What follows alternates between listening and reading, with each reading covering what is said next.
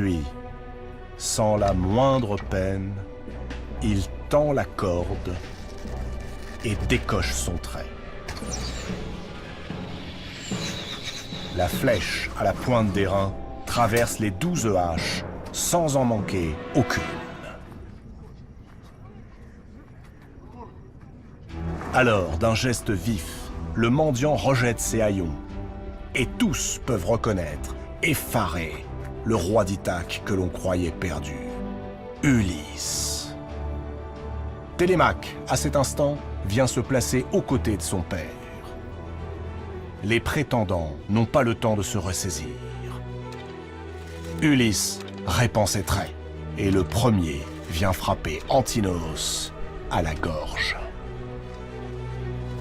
Puis Eurymaque, puis Amphinomos, puis Agélaos et Pisandre.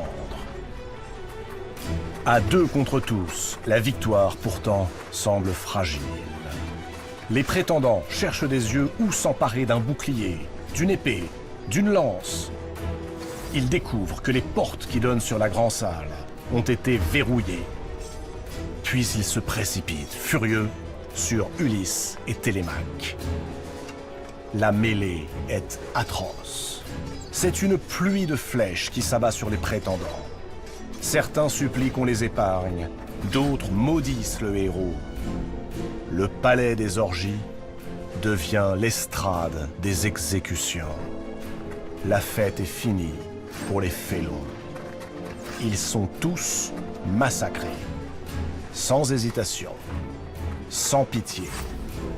Le père et le fils, déchaînés, punissent ceux qui depuis des années ruinent leur maison, couchent avec leurs servantes, convoitent une épouse et une mère dans le seul but de les déposséder de leur royaume.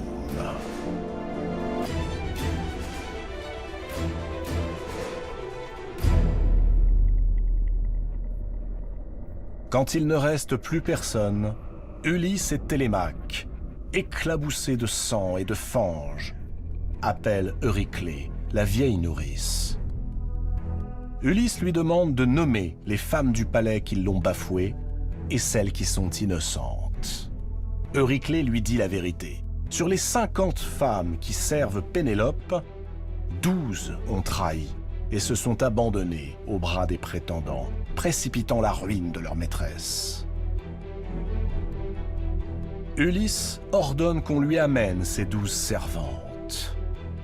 Il leur commande de traîner hors de la cour les cadavres de leurs amants, puis de purifier le sol fumant de sang.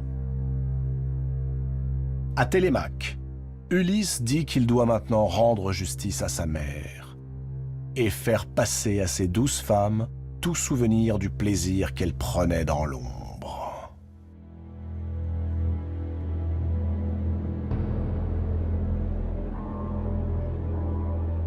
Télémaque, avec l'aide du porcher, emmène les servantes infidèles hors de la cour.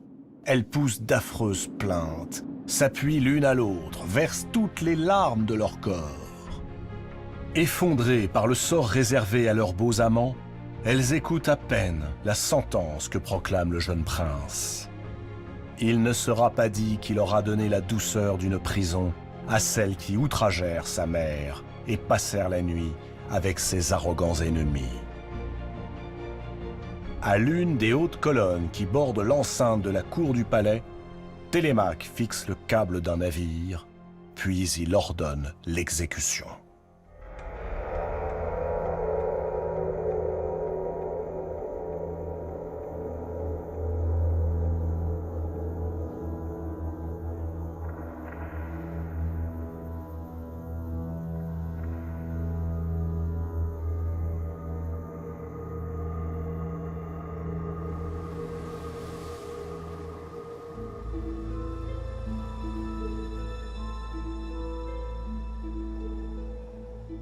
La vieille Euryclée réveille Pénélope avec douceur. Elle ne peut retenir sa joie. Ulysse est de retour.